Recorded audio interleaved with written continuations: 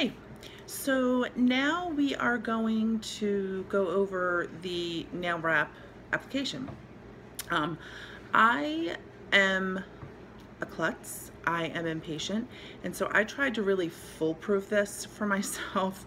Um, to show you what a sheet of wraps looks like, this is a full sheet, and this sells for $15, and most of them are buy three get one free, which I'd highly suggest if you're going to get one or two, just go and get the four. The very first time that I tried Jamberry, I bought 2 sheets and could have kicked myself because I'm like, oh my gosh, these are great, and I could have gotten the deal. So normally in a sheet, the 2 largest ones are for pedicures. So you would use this one usually for the big toe, and then you would then cut this down the middle, and then you would cut it into fourths, and then each of these little ones would be for your smaller toes. Because I have pretty large fingernails, I use this second largest one for my thumb. So you would then use 5 of these, of the smaller ones, for your manicure, and then you would have a couple left over to use later for accent wraps. So when you use these, you would have one of these strips would actually take care of, you cut it in half. One would be for the right hand, one would be for the left hand. So then you would have 2 sets of this. So this would be 2 manicures, 2 pedicures, and then you'd still have some left over for accent wraps. So I said before, I foolproof things for myself because I know that I rush through and then I make careless mistakes. I know that about myself. So what I did is I made templates. I have a template for each finger. I took a piece of Scotch tape, put it over my nail, took a Sharpie marker, and I just traced the perimeter of my nail. I took the tape off, I put it over an index card, and then I cut it out. So now I have a template. Every time I do my nails, I measure this up to my wrap.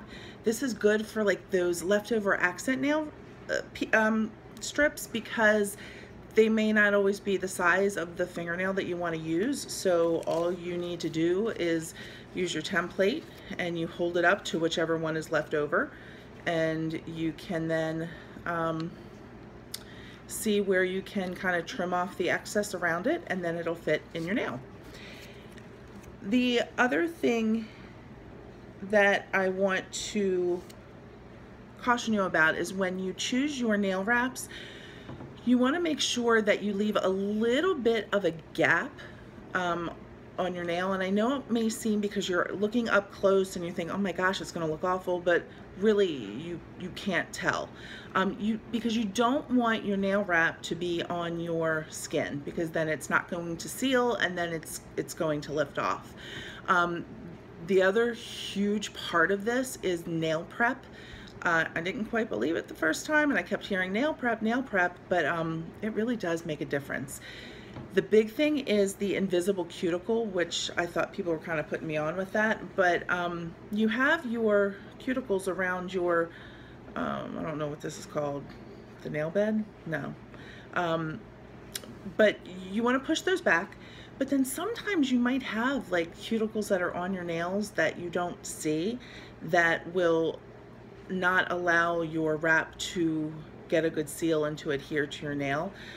Some of the things that you can use that I love is, this is the deluxe toolkit that I actually got free for a party that I hosted before I was a consultant, and it was part of the rewards for that. But one of the things in here, so this comes with this doohickey, and I don't know what it's called, large trimmers. It comes with a glass nail file, which I'll show you how I use it, a spoon pusher, which this has been like wonderful, and then a pair of scissors, which I use to cut wraps and to trim the wraps. So the spoon pusher you can use to really get in there and gets rid of the invisible cuticle, which you can also use a cuticle remover, which Jamberry sells. I suggest reading the directions before you use it, because you have to let it sit for 2 or 3 minutes and then it'll soften the cuticle and then you can push it back. Didn't do that the first time. Didn't work as well. When I read the directions, waited the 2-3 minutes, it worked beautifully. So let's take a look at the application process here. I apologize for my big old hand in the way. The last thing that I do before I do the application is I take an alcohol prep. You want to wash your hands really well. You don't want any of the oils on your nails. I have really dry nails anyway, so I don't tend to have an issue with that, but I do use dish soap, and I really kind of massage it into the nails to make sure I get any of those excess oils off. If you have oily nails, you might want to soak in vinegar, white vinegar, for maybe, I don't know, a minute or 2 before you then do it, and it kind of helps dry out your nail so you don't have all that excess oil. So you want to make sure that you kind of get into all parts of the nail, into the side. And you want to let it dry.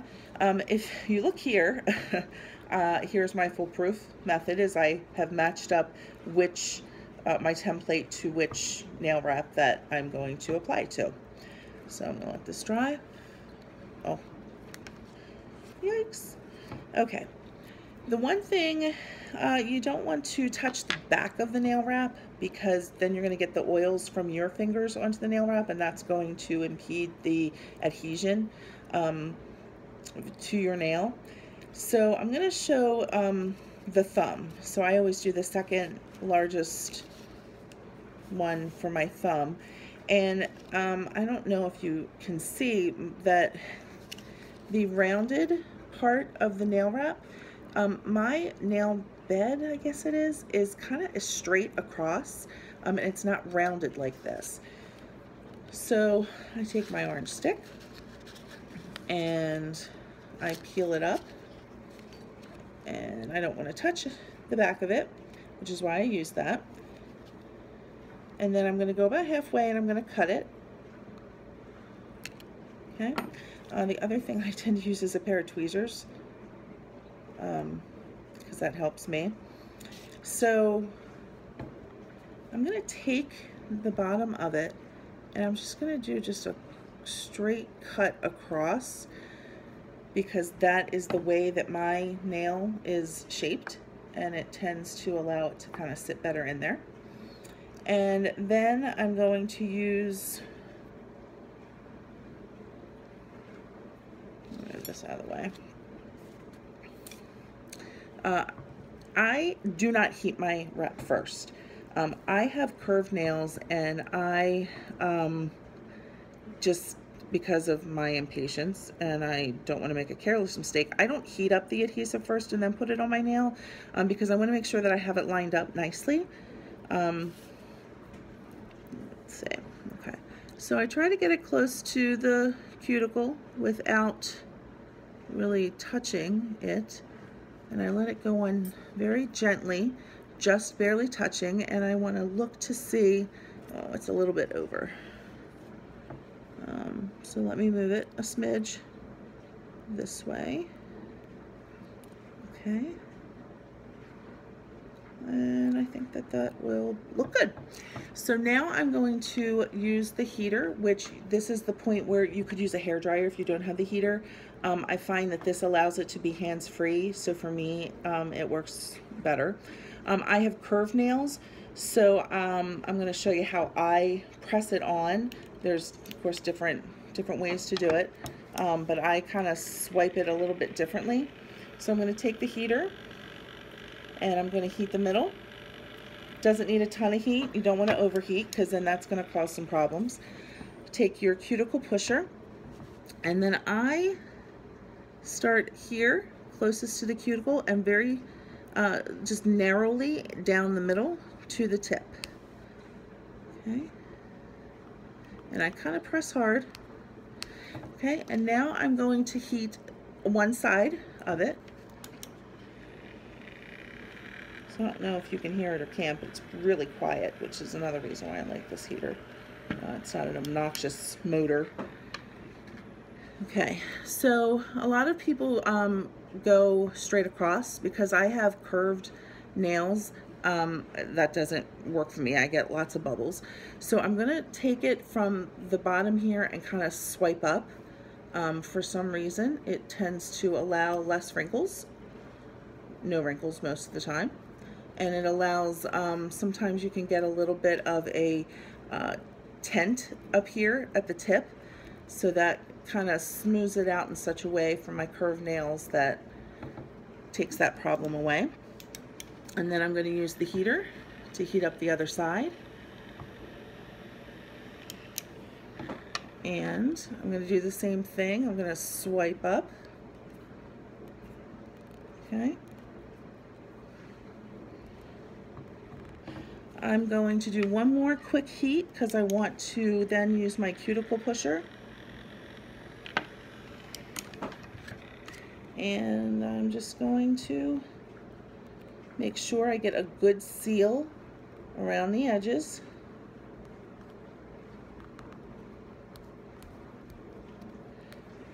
Okay, I'm going to go over it, make sure that it's pressing, you know, hard. And I like the thumb. The thumb is an awesome, awesome tool. So you see that there is excess on the end.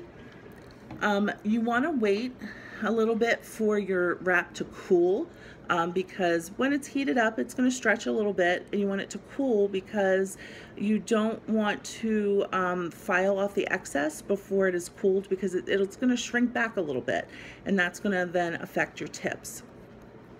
So I'm going to take the nail file.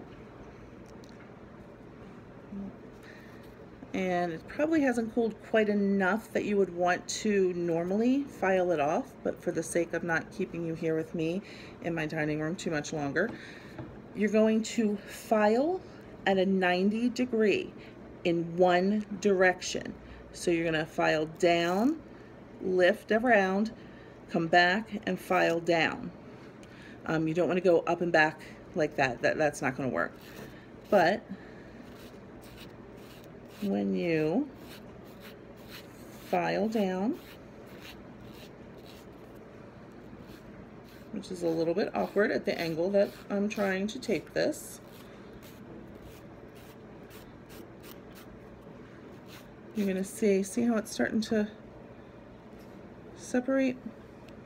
Okay, and oh, actually that the whole side did.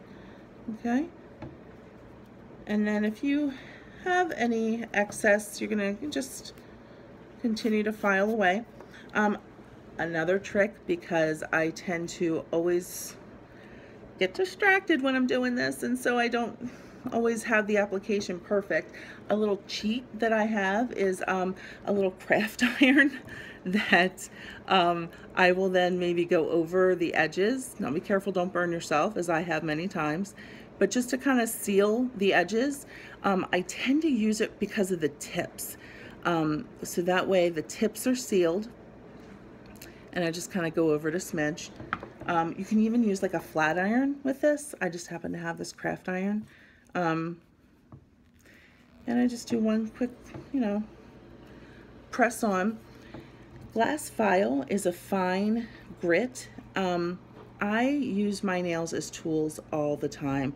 I am an elementary school teacher, and I'm constantly like picking at the end of a masking roll tape so I can tape something to the board, or just, you know, I have 3 small kids and just trying to get a knot out of a shoelace or whatever it is.